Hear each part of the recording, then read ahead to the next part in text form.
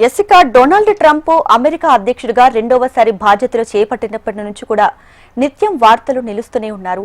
So తను అనుసరిస్తున్న విధానాలు కావచ్చు, తీసుకుంటున్న నిర్ణయాలు ఏవైనా సరే అమెరికాకు నష్టం కలిగించే విధంగా ఉన్నాయన్న విమర్శలు లేకపోలేదు. సో తాజాగా H1B వీసా విషయంలో అమెరికా అధ్యక్షుడు డొనాల్డ్ ట్రంప్ తీసుకున్న నిర్ణయం ఇప్పుడైతే చర్చనీయాంశంగా మారింది. ఏకంగా $1,00,000 పెంచేశారు. అంటే మన భారత కరెన్సీ ప్రకారం చూసుకుంటే అక్షరాల 88 లక్షలు అన్నమాట. సో మరి ట్రంప్ ఎందుకు ఈ నిర్ణయం తీసుకోవాల్సి వచ్చింది? సో ట్రంప్ తీసుకున్న నిర్ణయం వెనుక ఆంతర్యం ఏంటి? ఇవన్నీ కూడా తెలుసుకుందాం. సో డిబేట్లో పార్టిసిపేట్ చేయడానికి పెంటపాటి పుల్లారావు గారు విశ్లేషకులు మనకి జూమ్ లో సిద్ధంగా ఉన్నారు. నమస్తే అండి. అలాగే బండారు రామ్మోహన్ రావు గారు విశ్లేషకులు సిద్ధంగా ఉన్నారు. నమస్తే అండి, welcome to the debate. Okay, Pullarao గారు చెప్పండి. సో ట్రంప్ తీసుకున్న ఏ నిర్ణయం అయినా కూడా చాలా కఠినంగా ఉంటాయి. అంటే తాను తీసుకున్న నిర్ణయం చాలా వరకు ఎఫెక్ట్ అయ్యే ఛాన్సెసే కనిపిస్తూ ఉంటాయి. సో తాజాగా H1B వీసా విషయంలో ట్రంప్ తీసుకున్న వైఖరి సో ఎలా చూడాలి, ఎలా అర్థం చేసుకోవాలంటారు? ఒకటి ఇదే కొత్త కాదు, ఆయన ఎలక్ట్ 6 నెలల్లో వెళ్ళి సంవత్సరం బట్టి మాట్లాడుతున్నాడు. ఏదో మార్పు తేవాలి, ఇమిగ్రేషన్ పాలసీలో తేవాలి అంటా ఉన్నాడు. అందువల్ల ఇది మనం ఆశ్చర్యపోవటం కరెక్ట్ కాదు. అన్ని రంగాల్లో ఆయన ఇంటర్ఫియర్ అవి అన్ని రంగాల్లో మార్పు తీసుకొచ్చినప్పుడు దీంట్లో ఎదుగుతారు. రెండోది, గత 10 సంవత్సరాల్లో భారతదేశం నుంచి వెళ్ళిన వాళ్ళు అన్ని చోట్ల కనపడుతున్నారు, అగ్రెసివ్ గా కూడా ఉంటున్నారు. అందరి కళ్ళలోకి వస్తాం. ఏదో లేబర్ గా వెళ్ళి మెక్సికన్స్ వాళ్ళు వెళ్ళి ఇంట్లో మేజర్ గా పనిచేయటం కాదు, హోటల్ వర్కర్స్ కాదు, వీళ్ళంతా టాప్ లెవెల్లో ఉన్నారు. 50 రాష్ట్రాలు 52 రాష్ట్రాల్లో తీస్తే ఒక 15-20 రాష్ట్రాల్లో ఉన్నారు. సో ఎక్కువ కనపడతారు అక్కడ. న్యూయార్క్, కాలిఫోర్నియా, అలా ఫ్లోరిడా అనుకోండి, షికాగో. సో అక్కడ తప్పకుండా వాళ్ళ మీద మంచి ఉంటుంది, చెడ్డ ఉంటుంది, కోపం కూడా ఉంటుంది. ఇంత పైకి వచ్చేసారు, ఇంత ఇంటెలిజెంట్ గా ఉన్నారు వీళ్ళు. మొన్న ట్రంప్ వైట్ హౌస్ కి వారం రోజుల క్రితం 12 మందో 15 మందో టాప్ ఐటీ పీపుల్ తీసుకొస్తే దాంట్లో 5 ఇండియన్ మొహాలు కనపడినాయి. ఎలా ఉంటుంది? అది ఏదో బాధ, చేయలేని పని. సో అందువల్ల మనం ఆశ్చర్యపోకలేదు. రెండోది, ఇప్పుడు మీరు అన్నది $100,000 $1,00,000 కాదు సంవత్సరానికి, ఒక్కసారి వన్ టైం పేమెంట్ ఒక వ్యక్తికి ఆ ఫామ్ తో పాటు ఆ కంపెనీ $1,00,000 కట్టాలి. అది కూడా ఈ సంవత్సరం కాదు, 2026లో ఉన్న కోట. ఇంకా 1 year టైం ఉన్నది. ఇది స్థిరమైపోతుంది. డొనాల్డ్ ట్రంప్ చేసింది అనుకోవద్దు, చాలా వరకు తగ్గిస్తారు. తర్వాత గ్రీన్ కార్డ్ కూడా కొనుక్కోవచ్చు కదా, ఇది కూడా ఒక వంక. ఇప్పుడు గ్రీన్ కార్డ్ కొనుక్కోవడానికి దాదాపు 5 లక్షల మందో 10 లక్షల మందో భారతీయులు ఉన్నారు. అదే $100,000 ఇవ్వండి, మేము గ్రీన్ కార్డ్ ఇస్తామంటారు H1B. సో మార్పులు వస్తాయి. మన గవర్నమెంట్ కూడా కేర్ఫుల్ గా ప్రెషర్ తీసుకొస్తున్నారు. అన్నిటికంటే ముఖ్యం, టెక్నాలజీ కంపెనీలకి మనం అవసరమా లేదా అది చూసుకోవాలి. ఇంకా ట్రంప్ కంటే ప్రమాదం ఏంటంటే ఆర్టిఫిషియల్ ఇంటెలిజెన్స్, కొత్త సైన్సెస్, కొత్త టెక్నాలజీ చేస్తున్నాయి. అది ఏ రకంగా వీళ్ళందరినీ సర్ప్లస్ చేస్తాయి మనం చూడాలి. అది ఆలోచించుకోవాలి. వాళ్ళు ఏదో వీసా ఫీ పెడితే H1B వీసా మీద వెళ్తున్నారు. ఆ టైం మారిపోయింది. మనకి H1B వీసాలు ఇచ్చిన పూర్వం వెళ్ళినట్టుగా ఈ సబ్జెక్ట్స్ చాలా. సో మీరు ఆలోచించవలసింది అన్ని విధాలుగా ఆలోచించాలి. ఒకటి, ట్రంప్ ఇవాళ చెప్పింది మారుస్తారు, ఎందుకంటే ఆ టెక్నాలజీ కంపెనీలు మార్చమంటున్నారు, మారుస్తారు. 1 year కాదు, ఇది ఎవరు వెళ్ళినా పర్మనెంట్ గా 8 సంవత్సరాలు ఉంటే ఇది ఒక వన్ టైం ఫీ. మూడోది ఏంటంటే మళ్ళీ అసలు పెంచుతారా ఫ్యూచర్ లో? ఇవాళ టాటాస్ 50,000 మందిలో, TCS ఎంతమందినో తీసేశారని ఏదో వచ్చింది ఐటెం. 30,000 మంది 50,000 మంది తీసేస్తున్నారు. ఎందుకంటే టెక్నాలజీ మారిపోయింది. అవసరం లేదు జనం, స్పెషలైజ్ నాలెడ్జ్ కావాలి. సో చాలా మంది తీసేస్తారు. వీళ్ళ గురించి కాదు, అక్కడ ఉన్న వాళ్ళు ఏమన్నా అడ్జస్ట్ అవుతారా?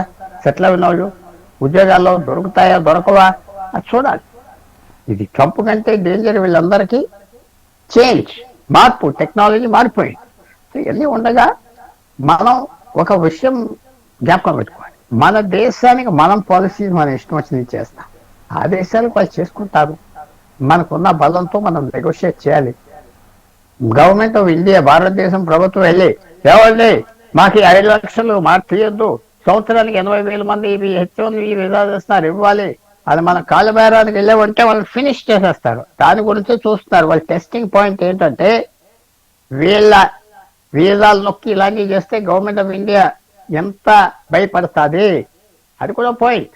నెగోసియేషన్స్కి ఇది ఎప్పటి నుంచో అంటున్నారు, ఇంత డబ్బు చేసుకుంటున్నారు, ఆ డబ్బు భారతదేశానికి పంపిస్తున్నారు అని. కరెక్టే, మనం వాళ్ళ కళ్ళతో కూడా చూడాలి, వాళ్ళ కళ్ళతో చూసి మనం అడ్జస్ట్ అవ్వాలి అవసరం ఉంటే. సో మార్పు అనేది వస్తుంది, కానీ టెక్నాలజీలో మార్పు లేకపోతే అంత ప్రమాదం ఉండదు. టెక్నాలజీలో మార్పు వచ్చి ఇలా అనవసరం అంటే ఆ టెక్నాలజీ కంపెనీలు వదిలేస్తారు. ఈ విధాలు లేవు, సారీ గుడ్ బై అంటారు, తీసుకో. సో ఇవన్నీ రెడీ అవ్వాలి మనం. తర్వాత మిగతా చోట ఆపర్చునిటీస్ ఉన్నాయి, యూరోప్లో విశేషమైన ఆపర్చునిటీస్ ఉన్నాయి, రష్యాలో ఉన్నాయి, ఇజ్రాయెల్లో ఉన్నాయి, జపాన్లో ఉన్నాయి, కొరియాలో ఉన్నాయి. ఆఫర్స్ వస్తున్నాయి భారతదేశం. ఎందుకంటే వీళ్ళు ట్రబుల్ సమ్ పీపుల్ కాదు, ఏదో పని చేసుకుంటారు, డబ్బులు పోగు చేసుకుంటారు, పెద్ద పాలిటిక్స్ చేయరు. ఆ రెప్యుటేషన్ మనకు ఉండాలి. సో నేను ఫ్యూచర్ని అంత డల్గా అంత డార్క్గా చూడలేదు. ఛాలెంజెస్ వస్తాయి, ఎప్పుడూ ఛాలెంజెస్ వస్తాయి, దాంట్లో అవకాశాలు ఉంటాయి.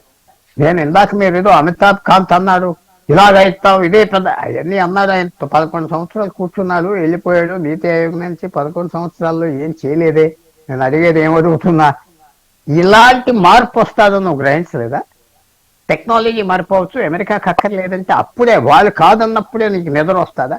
సో మనం ఏదో గవర్నమెంట్ ఆఫీసర్ అన్నాడు, ఆ వాటిల మీద వెళ్తాం అనర్థం. అదంతా పోస్ట్ రియాక్షన్. మన కంపెనీలు కూడా మనకు ఓట్ చేస్తాయి, అంతంత లాభాలు చేసుకుని రీసెర్చ్ చేయలేదు, అంత సెకండ్ హ్యాండ్ రీసెర్చ్. అక్కడి నుంచి తీసుకొచ్చి ప్రోడక్ట్ చేయమంటే మన వాళ్ళు చేస్తారు, అక్కడి నుంచి వచ్చి ఆ ప్రాసెస్ ఇస్తే మన వాళ్ళు చేస్తారు. సో మన కంపెనీలు కూడా దాంట్లో లోపం ఉన్నది. వాళ్ళు ఇది ఎక్స్పెక్ట్ చేయలేదు, ట్రైనింగ్ మార్చలేదు. ఆర్టిఫిషియల్ ఇంటెలిజెన్స్ ఏంటి, కొత్త సైన్సెస్ ఏంటి, ఏం చేస్తారు అని చూడాలి. తర్వాత ఫైనల్గా ఏంటంటే నిజంగా $1,00,000 కట్టాలి అంటే వాళ్ళు కట్టరు. ఏదో 70,000 మంది హెచ్ఐవీలు 5,000కో 6,000కో రెడ్యూస్ చేస్తారు. పెద్ద పెద్ద సంస్థలు లాసా గీసా అలాంటి వాళ్ళు తీసుకుంటారు. కానీ ఇక్కడ గ్లోబల్ కేపబిలిటీ సెంటర్స్ పెడతారు, ఇక్కడ పని చేయించుకుంటారు, మెక్సికోలో పని చేయించుకుంటారు, కెనడాలో పని చేయించుకుంటారు, చేస్తారు. కానీ మనం చూడాలి, ఇంత తీవ్రంగా ఉంటుంది ట్రంప్ సైడ్ నుంచి నేను అనుకోవట్లేదు. మార్పులు వస్తాయి, కానీ టెక్నాలజీ ఏం చేస్తారు? టెక్నాలజీ మారిపోతే ఇవాళ అందరూ అదే అంటున్నారు కదా, ఆర్టిఫిషియల్ ఇంటెలిజెన్స్ మషిన్లే చేస్తాయి నీ పని, నువ్వెందుకు అంటున్నారు? అది కరెక్ట్ అయితే ఇంకా వీళ్ళు వెళ్ళేది లేదు, వీళ్ళని పిలిచేది లేదు. మార్పు మాత్రం ఖాయం. ఎలాంటి మార్పు మనం అప్పుడే చెప్పలేకపోతున్నాం, కొంచెం నొప్పి ఉంటుంది, కానీ మనం ఫేస్ చేయాలి, అది తప్పదు. అంటే పుల్లారావు గారు, అంటే మన ట్రంప్ నిర్ణయం వల్ల మన ఇండియాకి ప్లస్ అయ్యే అవకాశం ఉందంటారా? అది అలాగన్న బ్లెస్సింగ్ కాదు ఇది. ఎందుకంటే అది ఏదో అమితాబ్ కాంత్ గారు అంటాడు, నేను అడిగాను ఏం చేసావు 11 సంవత్సరాలు అంట నీతి ఆయోగ్, ఒక్క పని చూపెట్టండి, ఒక్క పని. ఇంకా చెప్పాలంటే ఈ software industry, IT, Bengaluru, Chennai, Pune, Hyderabad ఉన్నది కాబట్టి ఒక్క మీటింగ్ కూడా పెద్ద కంపెనీలు, ఐటీ కంపెనీలతో ప్రధానమంత్రి పిలవలేదు, గవర్నమెంట్ పిలవలేదు. ఈ 11 సంవత్సరాలు పూర్వం కూడా పిలవలేదు. ఎవరో ఇండస్ట్రీ మీటింగ్ అంటే ఆ బాంబే నుంచి వెళ్తారు పెద్ద పెద్ద ఇండస్ట్రియలిస్ట్, ఆయనతో ఫోటో దిగుతారు, ఆ టెలికాం వాళ్ళు, ఆ స్టీల్ వాళ్ళు, టాటాస్, బిర్లాస్ అంతే. అది కూడా మన జ్ఞాపకం పెట్టుకో. ఇవాళ మన ఫారెన్ ఎక్స్చేంజ్ వీళ్ళే సంపాదిస్తున్నారు, ఐటీ సెక్టరే సంపాదిస్తున్నారు. మనకి ఉద్యోగాలు భారతదేశంలో కరెక్ట్ ఫిగర్ నా దగ్గర లేదు, 15 లక్షల మందో 40 లక్షల మందికో ఎంతో మందికి మంచి శాలరీ వచ్చే ఉద్యోగాలు ఇస్తున్నారు గవర్నమెంట్ సాయం లేకుండా. వాళ్ళు రోడ్లు ఏమంటున్నారు పట్టణాల్లో, ఆ రోడ్లు కూడా వేయట్లేదు, వాళ్ళకి సౌకర్యం చేయట్లేదు. అది కూడా పెద్ద ఫెయిలింగ్ గవర్నమెంట్. నేను అడుగుతున్నా, ఒక్క మీటింగ్ ఈ 11 సంవత్సరాలు ఇన్ఫోసైజ్ అవునాయి, లేకపోతే సత్యం అవునాయి, మహేంద్ర అవునాయి, విప్రో అవునాయి, ఇలాంటి 50 కంపెనీలు పిలిచి ప్రధానమంత్రి గారు, రాష్ట్రపతి కూర్చున్నారో అమలు చేశారా? లేదు. ఏదో చేసుకుంటున్నారు, గంగిరెద్దులాగా తిరుగుతున్నారు, లేకపోతే ఏదో అలా పనిచేస్తా పోతున్నారు, గానుగులు తిప్పే చెల్లిలాగా అంతే. వీళ్ళకి రికగ్నిషన్ ఎక్కడొచ్చింది? ఏం చేయలేదు ఈ ప్రభుత్వం కూడా, గవర్నమెంట్ ఆఫ్ ఇండియా చేయలేదు. ఈవేళ ఏదో నష్టం వచ్చినప్పుడు కూడా పట్టించుకోవట్లేదని కూడా నేను స్పష్టంగా చెప్తున్నా. అంటే వాళ్ళు ఏమంటున్నారంటే టైం వచ్చినప్పుడు చేస్తాం, డీల్ చేస్తాం అంటున్నారు. తప్పకుండా అన్ని విధాలుగా ఈ ఛాలెంజ్ వచ్చి మార్పు, అక్కడ ప్రభుత్వం, మన ప్రభుత్వం కూడా అంత కోఆపరేషన్ ఇవ్వకపోవడం. ఓకే, రామ్మోహన్ రావు చెప్పండి. సో మరి అంటే ట్రంప్ తీసుకున్న ఈ నిర్ణయంపై టెక్ కంపెనీస్ పై ప్రభావం ఎలా ఉండబోతుంది? ఎందుకంటే అమెరికాలో అత్యధికంగా అంటే 71% మంది చూసుకుంటే మన భారతీయులే ఉన్నారు కాబట్టి, అంటే అక్కడ ఉన్నటువంటి కంపెనీస్ ఇండియా నుంచి రిక్రూట్ చేసుకోవాలి అలా ఏమైనా ఆలోచన ఎలా ఉండబోతుంది? సో వెనకడుగు వేసే పరిస్థితి ఉందా? ఓవరాల్ గా మీరేం చెప్తారు? దీపి గారు, మీకు అట్లాగే పుల్లారావు గారికి నమస్కారం. హెచ్ఎండి ప్రేక్షకులు కూడా 2 విషయాలు గమనించాలి. 3 రోజుల నుంచి ఈ చర్చలో పాల్గొంటున్నాను నేను. అదిగో పులి అంటే ఇదిగో తోక. సోషల్ మీడియా చెడిపోయింది. మన మెయిన్ మీడియా కూడా అసలు ప్రొక్లమేషన్ రిపోర్ట్ ఏదైతే మోడీ మన ట్రంప్ ప్రకటించాడో దాన్ని చదవకుండా నిన్న నుంచి చవాకులు పేరుతున్నారు విశ్లేషకులతో సహా. స్పష్టంగా మాట్లాడిన కొంచెం తీవ్రంగా నేను పెద్ద గొప్ప అని అంటలేను, కానీ నిన్న నుంచి ఎన్ని పుకార్లు లేవదీశారు. నిన్న పొద్దున 9:30 కల్లా అమెరికా లేకపోతే మీ పని ఫినిష్ అన్నారు. ఉన్నదా ప్రొక్లమేషన్ ముందు ఎక్కడన్నా? నిన్న క్లారిటీ వాళ్ళు ఇచ్చే కన్నా ముందే, అమితాబ్ కాంత్ మాట్లాడక ముందే నేను మొన్న సాయంత్రం ఈ టైం మాట్లాడినాను ఏంటంటే, దయచేసి ప్రొక్లమేషన్ రిపోర్ట్ చదవండి. వారు ఏమన్నారు అంటే, ఏ రోజు నుంచి అమలు అవుద్దని చెప్పలే, కానీ ఎప్పుడైతే ఆర్డర్ ఇస్తారో ఆ రోజు తర్వాత ఏముంటుంది, అంతకన్నా ముందు ఉండదు కదా, అంతకన్నా ముందు ప్రకటించలే కదా అలా. అరే విమానం ఎక్కండి, రేపటి కాలం రేట్ల అడవులు పెరిగిపోతాయి, పోతారు. అక్కడ కంపెనీలు అట్లా చేసినాయి, మన మీడియా అట్లా చేసింది, మనకు మాట్లాడే మేధావులు అట్లా చేసినారు, ఆర్థిక నిపుణులు కూడా అదే పని చేసినారు. నేను స్పష్టంగా ఆనందించి నేను ఓ రకంగా తిట్టుకుంటూ మాట్లాడుతున్నాను. మీరు చదవండి దయచేసి, అనవసరంగా పుకార్లు లేపకండి. వీళ్ళ మీద ఎంతమ్మా 3,25,000. ఇది మేధో వలస. H1B వీసాకును ఇంకో విజిటింగ్ వీసాకు తెలియని వాళ్ళు కూడా మాట్లాడుతున్నారు. ఇది నేను కొంచెం తీవ్రంగా అనిపించినా సరే, H1B వీసా కేవలం మేధో వలస మాత్రమే. 3,25,000 మంది మన వాళ్ళు ఉన్నారు. అంతా కాదు, 50 లక్షల మంది అమెరికాలో మన వాళ్ళు 50 లక్షల మంది పైగా ఉన్నారు. కానీ 3,25,000 మంది ఇప్పుడు నైపుణ్యం గల మేధో వలస పోయిండ్రు. దానిలో తర్వాత స్థానం ఎవరిది? 72% మనదైతే 11-12% చైనా వాళ్ళది. వాళ్ళు 35,000 మంది ఉన్నారు. మిగతా 3-4 దేశాలు కలిసి మేధో వలస, మిగతా అంటే చాలా తక్కువ, పీనట్స్ 12-15% ఉన్నారు. ఇది మన వాస్తవం తెలుసుకోవాలి. దీనిలో నిన్న క్లారిటీ వచ్చేదాకా కూడా మన మీడియా కానీ చాలా హైప్ క్రియేట్ చేసి అనవసరంగా విమానం రేట్లు పెంచింది, వీళ్ళని హైరాణ పడేసింది. దిగిపోయినవాడు దిగిపోయిండు, మధ్యన పోయిండు, ఇక్కడ ఉన్నవాడు నా ఉద్యోగం పోతుంది అనుకున్నట్టు క్లారిటీ వచ్చింది కదా. ఇంతకుముందు పుల్లారావు గారు చెప్పారు కదా స్పష్టంగా, ఇది ఒకేసారి వన్ టైం పేమెంట్ $1,00,000, $1,00,000 అంటే 85 లక్షల రూపాయలు. అంతకన్నా ముందేంది $1,000 ఏమో దానికి అప్లికేషన్ ఫీజు ఉంటే $5,000 ఏమో పోయేటప్పుడు కట్టేవాళ్ళు. అది కంపెనీలు కట్టరు, తాగేవాళ్ళే కడతారు తాళ పన్ను. ఇది ఉద్యోగులు కట్టరు. వాడికి అవసరం ఉంది అయిపోయింది, పుల్లారావు గారు రప్పించుకుందాం అనుకుంటారు. వాళ్ళు ఏం చేస్తారు, పుల్లారావు గారి సేవలు అవసరం ఉన్నప్పుడు $5,000 కాదు $1,00,000 కట్టి పిలిపించుకుంటాడు వాడు. అప్పుడు ఏమవుద్ది అంటే నిజమైన మేధో వలస పోతుంది. ఇప్పుడు అక్కడ ట్రంప్ చేసే పిచ్చి పని కాదు, ట్రంప్ కరెక్ట్ చేస్తున్నాడు అంటున్నాడు. ఎందుకంటే రోమ్ లో ఉన్నప్పుడు రోమన్ గా జీవించు అన్నారు. ఇప్పుడు మన దేశంలో రోహింగాలు ఆఖరికి మన దగ్గర మార్వాడి వస్తే మనం ఓర్స్తలేమే, ఇక్కడికి వస్తే మార్వాడి గోప్యాక్ అంటున్నామే. లేకపోతే కర్ణాటకలో మహారాష్ట్ర వద్దంటాడు, మహారాష్ట్ర కర్ణాటక వద్దంటాడు, తమిళనాడు కర్ణాటక వద్దంటాడు. కాబట్టి మన దేశంలో ఇన్ని వైవిధ్యాలు పెట్టుకొని ఆ 3,25,000 మందికి గొంతుకొని మనం ఏదో జరుగుతుంది ట్రంప్ చేసేది కరెక్ట్. ఎందుకు కరెక్ట్ అని చెప్తాను. ఈ నైపుణ్య వలస మీద, మేధో వలసల మీద H1B వీసాలలో 2000 కన్నా ముందు పోయిన వాళ్ళు చాలా టాలెంటెడ్ పోయినారు. 2000 తర్వాత 2010లో ఉన్న వాళ్ళు కొంచెం టాలెంట్ పోయారు. 2010 తర్వాత పోయేటోళ్ళందరూ కూడా పైరవేత్తోని టాలెంట్ లేకుండా పోయిన వాళ్ళు ఉన్నారు. అందుకని ట్రంప్ ఏమంటున్నాడంటే, మీ నైపుణ్యం లేని వాళ్ళని మా మీద రుద్దుతున్నారు, అనవసరంగా పనికిరాదు, వేసేసరికి ఇది మాకు వద్దు అంటే, అందుకనే మేధో వలసలను నియంత్రించడానికి H1B వీసాకు ఈ చెక్ పెట్టిండు అంటున్నాడు. ఈ చెక్ కూడా ఏం పెట్టిండు, మనం అనుకున్నట్టు మనం ఊహించినట్టు పాతవన్నీ పనికిరావు. పాత వాళ్ళు ఎవరికే దోకాలేదు, ఎక్కడున్నా దోకాలేదు, ఏ దేశంలో ఉన్నా సరే మళ్ళీ వాళ్ళు వెళ్ళొచ్చు. ఒకటి ఇప్పటిదాకా H1B వీసాలో వాస్తవం ఏంటంటే, అది బుక్ లో అన్నట్టు చెప్తున్నాను నేను. అక్కడ ఏముందంటే, ఒకసారి H1B వీసా కింద వెళ్ళినాక 3 ఏళ్ల తర్వాత రెన్యువల్ చేసుకోవాలి. అదే కంపెనీలో ఉంటే కేవలం ఫార్మల్ అంటే లాంఛనం మాత్రమే రెన్యువల్ చేసుకుంటారు. కంపెనీ మారితే ఆ కంపెనీ మళ్ళీ వాడిని ఇన్వైట్ చేయాలి. వాడిని ఇది కొంచెం విజ్ఞానం చేసుకోవాలి. మనం ఇన్వైట్ చేసినప్పుడు ఏమైతే మళ్ళీ ఆ $6,000 కట్టాల్సి వస్తుంది. అది ఇది వరకు ఇప్పటిదాకా ఉన్నది. మళ్ళీ ఇండియాకి వెళ్ళొచ్చినట్టే లెక్క, కంపెనీ మారిందంటే. కానీ కంపెనీ మారకపోతే అదే కంపెనీలో ఉంటే కేవలం ఫార్మల్ మన రెన్యువల్ అయిపోతుంది. దీన్ని విడిచిపెట్టి వాళ్ళు $1,00,000 ఊదర కొట్టేస్తున్నాం మనం. $1,00,000 సమస్య కాదు. నిజంగా మల్టీనేషనల్ కంపెనీస్ కు టాలెంట్ అవసరం ఉంది. రామ్మోహన్ రావునో, దీపిక గారినో, లేకుంటే పుల్లారావు గారు అవసరం ఉంటే తీసుకుపోతారు, వాడే తీసుకుపోతారు. కట్టేది వాడు, ఆ డబ్బులు వాడికి చెల్లించేది వాడు, మనం కాదు. ఎంప్లాయీ మీద పడాయి డబ్బు. నెంబర్ 1. రెండోది చెప్తాను, ఇవాళ అమెరికాలో ఏదైతే ఈ 3,25,000 మంది ఉందో ఇప్పటిదాకా సెటిల్ అయిన వాళ్ళు, వాళ్ళకి ఏమి దోకాలేదు. కొత్తగా పోయే వాళ్ళకి 2000 ఇంతకు చెప్పారు కదా పిల్లలకు, 2026 ఏప్రిల్ 1 నుంచి మొదలైతే, అంటే ఆర్థిక సంవత్సరం వాళ్ళకి జనవరి నుంచి మొదలైతే, వచ్చే ఆర్థిక సంవత్సరం ఈ సంవత్సరానికి పనికిరాదు లేదు. రెండోది ఏమంటున్నానంటే, గోడలు బద్దలయ్యే సమాజం. ఇప్పుడు గోడలు కట్టుకుంటే లాభం లేదు. ట్రంప్ పిచ్చి పని చేస్తున్నాడు. తాను ఎక్కిన కొమ్మని నరుకుంటున్నాడు, తాను వరకు చెప్పని తాను పట్టిన కుందేటికి 3 ఎకరాలు అంటున్నాడు. కానీ అనుభవానికి వస్తే తత్వం బోధపడుతుంది. ఇప్పటికి ఏమైంది, యూనివర్సిటీస్ మీద చాలా ఆంక్షలు పెట్టి అడ్మిషన్లు చాలా వరకు తీసుకోకపోతే 35,000 కోట్ల డాలర్ల అక్షరాలు చెప్తున్నా వాళ్ళు నష్టపోయింది అంటున్నాను. ఎందుకు నష్టపోయింది అంటే అడ్మిషన్స్ తక్కువైంది, 30% అడ్మిషన్ తక్కువైనాయి కొన్ని సంవత్సరానికి. ఈ విద్యా సంవత్సరానికి ట్రంప్ వచ్చి 8 నెలలే, జనవరి 24 వచ్చాడు. అంతకు ముందు 3-4 నెలల నుంచి మాట్లాడుతున్నాడు. కానీ ఆయన ఇంప్లిమెంట్ ఎప్పుడైంది, మొన్న 2025 జనవరి 20 నుంచి మొదలైంది. అంతకుముందు కూడా మన వాళ్ళు ఏమన్నారు, 2025 కన్నా 25 జనవరి 20 కన్నా ముందు అమెరికా కాలు పెట్టకపోతే మీ ఉద్యోగాలు పోతాయి అన్నారు. పోయి ఎవరి అని ఒక్కడన్నా ఎలక్టెడ్ అమెరికా ప్రెసిడెంట్ ఎలక్టెడ్ అంటారు కదా, November 6 నాడు ఎన్నికైతే జనవరి 20 దాకా ఇదే పుకార్లు మనం లేవదీసిన మన మీడియా కూడా చెప్తున్నాం, మెయిన్ మీడియా కూడా. ఏమని, ఆ ట్రంప్ ప్రమాణ స్వీకారం చేసే లోపు అందరికి సెటిల్ కావాలి పోయి అన్న. ఏమైనా ఒక్కని ఉద్యోగం పోయిందా?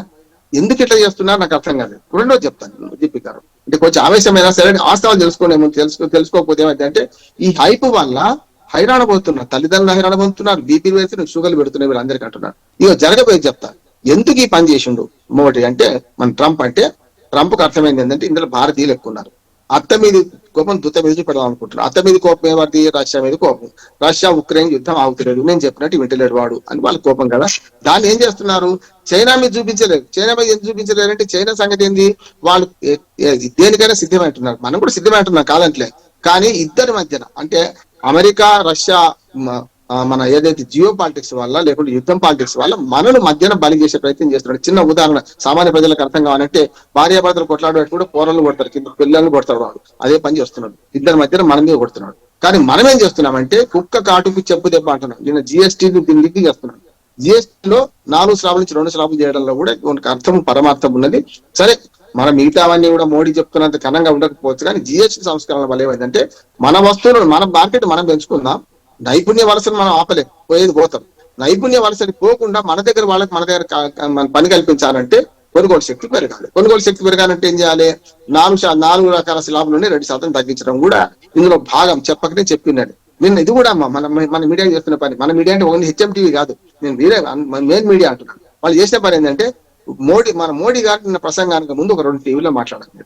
మోడీ గారు ఏం మాట్లాడతారు, ఏం మాట్లాడు, జిఎస్టీ గురించి మాట్లాడతారంట. అదే జరిగింది కదా, పాకిస్తాన్ యుద్ధం గురించి మాట్లాడతారా, లేకపోతే అమెరికాకు డైరెక్ట్ గా ఛాలెంజ్ చేస్తారు. ఎందుకు చేస్తారు, పని లేని పనా. ఒక ఏ పర్పస్ కి అయితే ఆయన ప్రెస్ మీట్ పెట్టిండో ఆ పర్పసే మాట్లాడతారు. నేను ఏమన్నాడు, ధమాకా దీపావళి ధమాకా అన్నారు. కానీ మన బీహార్ ఎన్నికలు వస్తున్నాయి కనుక చేసి నాకు అయితే నష్టమే ఉంది అంటున్నాడు. జిఎస్టీ వచ్చింది 2017లో. అంతకుముందు కాంగ్రెస్ ప్రభుత్వం 58 ఏళ్ళు అధికారంలో ఉన్నది. రకరకాలుగా మధ్యన వాజ్పేయి వచ్చిపోయినా, ఇతరత్ర సంఘీయ ప్రభుత్వాలు వచ్చిపోయినా 55 ఏళ్ళు కాంగ్రెస్ ప్రభుత్వం ఉన్నది. జిఎస్టీ కాంగ్రెస్ తెస్తామనుకున్నది, ఇప్పుడేమో బీజేపీ వద్దన్నది. ఆధార్ కార్డు కాంగ్రెస్ తెస్తామని బీజేపీ వద్దన్నది. 3 చట్టాలు కాంగ్రెస్ పార్టీ తెస్తామని బీజేపీ వద్దన్నది. 3 రైతు చట్టాలు, ఈ 3 చెప్తున్నారు. అంటే డొల్లతనం 2 జాతీయ పార్టీలు. ఇవాళ బీజేపీ జిఎస్టీ సంస్కరణ చేస్తే ఏమంటుంది, మీరు 45 లక్షల కోట్లు దోచుకున్నారు, ఈ 2.5 లక్షల కోట్లు లెక్క అంటున్నది. అంటే ఎట్లా అంటారు కనుక ఈ జిఎస్టీ సంస్కరణలు కూడా మనం ఏం చూడాలంటే అమెరికాకు చెక్ పెట్టడానికి మనం చేసే పని నేను భావిస్తున్నా. రెండోది చెప్తాను నేను, ఇవాళ China RIC, Russia, India, China ఈ 3 కూటమి వల్ల కొంతవరకు అనుభవానికి వస్తే తత్వం బోధపడ్డది. అందుకని చూడండి, అంబిగ్విటీ ఉన్న ఆర్డర్ గురించి మళ్ళీసారి క్లారిటీ ఇచ్చారు ట్రంప్ గాని లేకుంటే అమెరికా అధికారులు. నేను చూడండి, ఉదయం అంతా ఈ పుకాలు పెట్టించిండ్రు. అక్కడ కంపెనీలే రిక్వెస్ట్ లెటర్లు పెట్టినాయి, మీరు వీలైనంత తొందరగా అమెరికా నుంచి రండి, బయట దేశాలు ఉంటే తొందరగా వచ్చేయండి, పోయేటోళ్ళు ప్రయాణాలు లాపండి అన్నారు. మరి వాళ్ళకన్నా ఉండాలి కదా, ఆ ప్రొక్లమేషన్ రావటం చదవాలి కదా, చదవలే, వాళ్ళు కూడా చదవలే. ఏదైనా సరే ట్రంప్ పెద్ద సునామీ లాగా ట్రంప్ ఏం భావిస్తున్నారంటే, ఓసారి ఏదో ఉంటే సునామీ వస్తుంది అని చెప్పి తుఫాన్ వస్తుందని ఒక సినిమాలో డైలాగ్ ఉంటుంది, ఒక వ్యక్తి వస్తుంది అందరు భయపడుతుంటారు. ఇక్కడ కూడా అంతే జరిగింది. ట్రంప్ గురించి భయపడాల్సిన అవసరం లేదు. ఇవాళ పుల్లారావు గారు ప్రస్తావించి విడిచిపెట్టారు, ఆ విషయం నేను చెప్తాను. ఇవాళ మన వాళ్ళు 2000 సంవత్సరం పోయిన లోపలిగా మన మేధా వలసలు కానీ మామూలు వలసలు కానీ చాలా క్రమశిక్షణతో ఉన్నారు. అక్కడ చట్టాలు పాటించడం చేశాం. 2010 తర్వాత పోయిన వాళ్ళు చూడండి మీరు, ఈ 15 ఏళ్లుగా చాలా లంపేన్ వర్గం తయారైంది మన వాళ్ళు కూడా.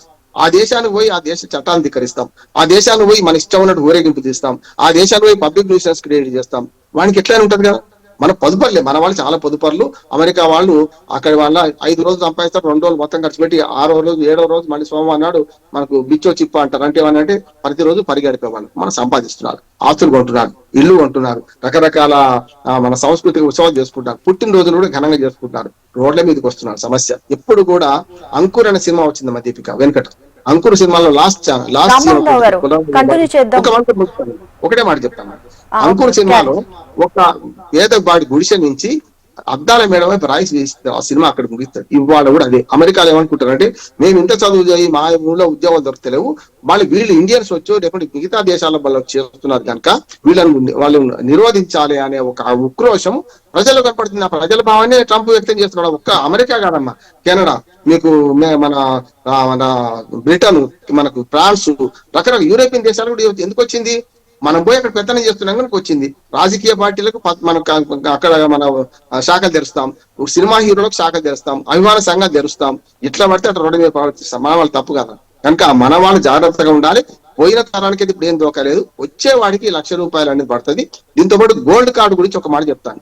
గోల్డ్ కార్డు కూడా వాళ్ళ ఆదాయం పెంచుకోవడానికి, గోల్డ్ కార్డు ఎవరు పెట్టి ఉద్యోగులు ఎవరు గోల్డ్ కార్డు పెట్టి పోడు, ఎవడో పటావుడి లాంటి వాడు చాలా బాగా ఆస్తులు ఉండి అమెరికాలో సెటిల్ అవుతాం, అమెరికాలో మన అక్కడ కళలు వండించుకుందాం, అక్కడ ఏదో ఉందాం అని పోయేవాడే పోతారు. కానీ గోల్డ్ కార్డు పథకం కూడా ఫెయిల్ అయినట్టే లెక్క. ఈ ₹1,00,000 కూడా వచ్చే సంవత్సరం నుంచి మొదలవుతుంది. ట్రంప్ ఎప్పుడు కూడా చంచలత్వం ఎక్కున్నాడు కనుక వచ్చే సంవత్సరం దాకా ఆగుతాడా, మళ్ళీ దాన్ని వెనక్కి తీసుకుంటాడా చెప్పలేం. కానీ ఇప్పుడైతే ప్రమాదం పొంచి లేదు. అమితాబ్ కాంత్ తో ఆయన 11 ఏళ్ళు ఏం చేసి నాకు సంబంధం లేదు. ఆయన వ్యాఖ్యల కన్నా ముందు చెప్తున్నా, మన దేశంలో 4 ప్రాంతాలలో ఐటీ పరిశ్రమలు పెరుగుతాయి. వాళ్ళు అక్కడ పరిశ్రమలు పెడితే మనం అక్కడికి పోవాలి కదా, వాడే ఇక్కడికి వస్తున్నాడు. గుర్రం దగ్గర నీళ్లు పోవాలన్నా నీళ్ల దగ్గర గుర్రం పోవాలంటే నీళ్ల దగ్గర గుర్రం పోవాలి. గుర్రం అక్కడ ఉంది, నీళ్లు మనం ఇక్కడ ఉన్నాం. నైపుణ్యం ఎక్కడ ఉంది, వాడు గుర్రం అనేవాడు అక్కడ ఉన్నాడు. వాడి దాహం వస్తే మన దగ్గరికి వస్తాడు. పూణే, బెంగళూరు, హైదరాబాద్, చెన్నై నగరాలు స్పష్టంగా అభివృద్ధి చెందుతాయి. వాళ్ళ పరిశ్రమలు మన దగ్గరికి వస్తాయి. మన అవసరం మన ఇప్పుడు ఆపిల్ కంపెనీ వచ్చింది, ఇప్పటికే వస్తా అంటుంది. టెస్లా కంపెనీ వాడు కార్ల షోరూమ్ ఇక్కడ కార్ల ఉత్పత్తి చేస్తా అంటున్నాడు. అది మరి ట్రంప్కి దెబ్బే కదా అంటున్నాడు. ట్రంప్ చేస్తే పని తాను ఎక్కిన కొమ్మని నరుకుంటున్నాడు, తన కాళ్ళు తాను నరికేసుకుంటున్నాడు. అది మా అంటే 3.5 ఇంకా 3 ఏళ్ళే ఆయన ఉండేది. 3 ఏళ్ల తర్వాత మన విధానాలు మారుతాయి. మనం అయితే భయపడాల్సిన అవసరం లేదు. మన పరిశ్రమలు మనం పెంచుకుంటాం, మనకి ఇంకా స్టార్ట్అప్ కంపెనీలు పెంచుకుంటాం. దాంతో పాటు మన ఆర్థిక వ్యవస్థ కంటిన్యూ చేద్దాం, మనకు సమయం తక్కువ ఉంది. పుల్లారావు గారితో మాట్లాడదాం. సో పుల్లారావు గారు చెప్పండి, అంటే ట్రంప్ తీసుకున్న ఈ నిర్ణయం వెనుక ఏమై ఉండొచ్చు అంటారు? అంటే అమెరికన్లకు ఎక్కువ ప్రాధాన్యత ఇస్తున్నారా? అంటే ఇదివరకు ట్రంప్ నోట చాలా సార్లు మనం విన్నాము, సో వలసలను వెళ్ళగొట్టాలి అని పదే పదే చెప్తూ ఉన్నారు. దాన్ని బేస్ చేసుకొని ట్రంప్ ఇది తీసుకున్నారు అనుకోవచ్చా? అంటే ఇదివరకు మీ విశ్లేషణ చూసాము, విన్నాము ఇప్పటి. సో ఇప్పుడేం చెప్తారు? ఆయన చుట్టూరా ఒక సెక్షన్ ఉన్నారు, మన మీద వ్యతిరేకత ఉన్నది పర్టికులర్ గా. ఎందుకంటే మనం కనుగొట్టాం చాలా మంది మన స్టైలు, ఊరేగింపులు, ఏంటి ఇదంతా, ఎవరికి కావాలి అక్కడ మీటింగ్లు పెడతాం, అక్కడ రాజకీయ మీటింగ్లు, కుల మీటింగ్లు, అసహ్యంగా చూసే వాళ్ళకి అసహ్యం, విన్న వాళ్ళకి అసహ్యం. అంటే ఇక్కడ నుంచి నేను అంటున్నాను, నన్ను ఫీల్ అవ్వద్దు, మిడిల్ క్లాస్ పీపుల్ అక్కడికి వెళ్ళగానే కొద్దిగా డబ్బులు సంపాదించగానే అది గొప్ప. మేము ఇలా ఇంకా ఐశ్వర్యాలకు వచ్చాం, వాళ్ళు ఇలా పిలవటం చేయటం అసహ్యం. బిహేవియర్ మార్చుకోవాలి. ఇది ఎలా ఉంటుందంటే ఇప్పుడు కూడా కొంతమంది ట్రంప్ చుట్టూ కూడా చేస్తున్నారు, కొంతమంది వ్యతిరేకిస్తున్నారు, కానీ బయటపడరు క్వైట్ గా చేస్తున్నారు. ఆ $100,000 కామర్స్ మినిస్టర్ ఎవ్రీ ఇయర్ అన్నాడు, నెక్స్ట్ డే ట్రంప్ మార్చాడు. సో మారుస్తారు. ఇది ట్రంప్ భారతీయుల మీద పెద్ద వ్యతిరేకత ప్రత్యేకత లేదు, మిగతా వాళ్ళు కూడా లేదు. ఎందుకంటే పీస్ఫుల్ పీపుల్, రిలీజన్ ముందుకు తీసుకెళ్ళాం, పాలిటిక్స్ లేవు, ప్యాలెస్టీన్ కాదు, ఏం లేవు. కాబట్టి అంత మన మీద అంత హేట్రెడ్ లేదు, సెటిల్ అవుతుంది. కానీ నేను అన్న ప్రశ్నకి నాకే జవాబు లేదు. టెక్నాలజీ మారిపోయిందా? టెక్నాలజీ మారిపోతే వీళ్ళెవరూ అక్కర్లేదు, అది నాకే జవాబు లేదు. అది ఏమవుతుంది మనం అప్గ్రేడ్ చేయకపోతే స్కిల్స్, ఆ ప్రశ్న నాకు అనిపిస్తుంది. ఆ స్కిల్స్ మన ఎడ్యుకేషన్ టాప్ స్టాండర్డ్ ఉంటే మన యువకులకి ప్రపంచం చుట్టూరా చాలా మంది యూరోప్ లో బ్రతుకుతున్నారు, చాలా హ్యాపీగా ఉన్నారు, సెటిల్ అవ్వారు. దాంట్లో పెద్ద జపాన్లో సెటిల్ అవుతున్నారు, చైనాలో సెటిల్ అవుతున్నారు. సో ఇది పెద్ద కాదు, కానీ మన జాగ్రత్త మనం పడాలి. ఎదరు వాళ్ళు ఏం చేస్తారు, మనం ఇలా చేయకూడదు అలా చేయకూడదు అంటాం కరెక్ట్ కాదు. మన ప్రవర్తన మార్చుకోవాలి. గవర్నమెంట్ కూడా ఏం సాయం చేయట్లేదు. నేను అడిగిన దానికి కరెక్ట్ చెప్పండి, ఒక్క మీటింగ్ పిలవలేదు. ఎవరైనా చూసారా? నారాయణమూర్తితో పోనీ విప్రో చైర్మన్ లేకపోతే ఐటీ సెక్టర్కి ఏం పెట్టారు? హైదరాబాద్ లో పెట్టలేదు, బెంగళూరులో పెట్టలేదు. అరే అలా చాలా నెగ్లెక్ట్ చేస్తున్నారు డెలిబరేట్ గా. ఎందుకంటే ఉన్న అడ్వైజర్స్ అందరూ ఈ పెద్ద ఇండస్ట్రీస్ కి వాళ్ళ కన్సల్టెంట్స్ ఇండియాలో కూడా కనపడకుండా ఉంటారు. దీనికి ఎవరు వీళ్ళంత లాబింగ్ చేసుకోవట్లేదు.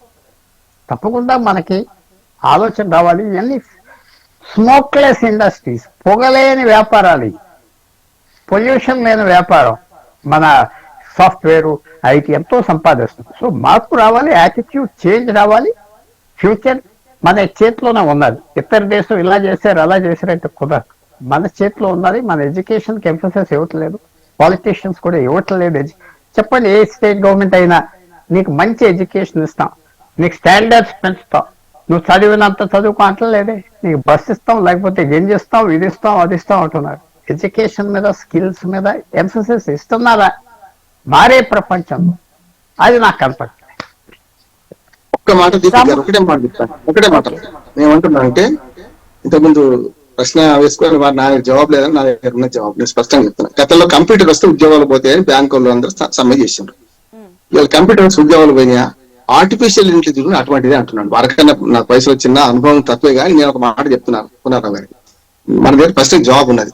ఆర్టిఫిషియల్ ఇంటెలిజెన్స్ తయారు చేస్తే కూడా మనమే కనుక, మానవ మేధస్సు కంటే శక్తివంతమైనది ఏది లేదు. ఏఐ వచ్చినా, నేను ఏఐ రోజు ప్రశ్నలు సంధిస్తుంటాను, ఏఐకి వాడు కూడా సమాధానం చెప్పలేకపోతున్నాను. నేను ఏమంటున్నానంటే, ఏఐ వచ్చినా ఆర్టిఫిషియల్ ఇంటెలిజెన్స్ కన్నా మన మేధస్సు పెద్దది కనుక ఇప్పటికీ కూడా మనకు దోకా లేదు. దాని వల్ల ఉద్యోగాలు పోతాయని అపవాద, గతంలో కంప్యూటర్లు వస్తే ఉద్యోగాలు పోతాయని ఎట్లా అనుకున్నాము, ఆర్టిఫిషియల్ ఇంటెలిజెన్స్ ఉద్యోగాలు పోతాయని కల్లా ఆర్టిఫిషియల్ ఇంటెలిజెన్స్ ఉపయోగించుకునే నైపుణ్యం అనే కార్మికులు మళ్ళీ అవసరం ఉంటారు, మేధోశ్రమం అవసరం ఉంటుంది కనుక అప్పుడు మళ్ళీ ఉద్యోగాలు పెరుగుతాయి. ఆశావాది, మనం అందరం ఆశావాదులం కనుక. పునరావు గారు, మిమ్మల్ని విభేదించడం కాదు, కానీ నాదైతే స్పష్టంగా చెప్తున్నా, మనకు ఉద్యోగాలు పెరుగుతాయని తక్కువ కాదు అంటున్నాను నేను. అంటే రామ్మోహన్ రావు గారు, ఇప్పుడు ఇక్కడ ఎడ్యుకేషన్ కంప్లీట్ చేసి యుఎస్ కి వెళ్ళాలి, జాబ్ చేయాలని చాలా మంది అనుకుంటూ ఉంటారు. సో మరి అలాంటి వాళ్ళకి యుఎస్ వెళ్ళే యోగం ఉన్నట్ట లేనట్ట, అంటే ట్రంప్ తీసుకున్న ఈ నిర్ణయం వల్ల?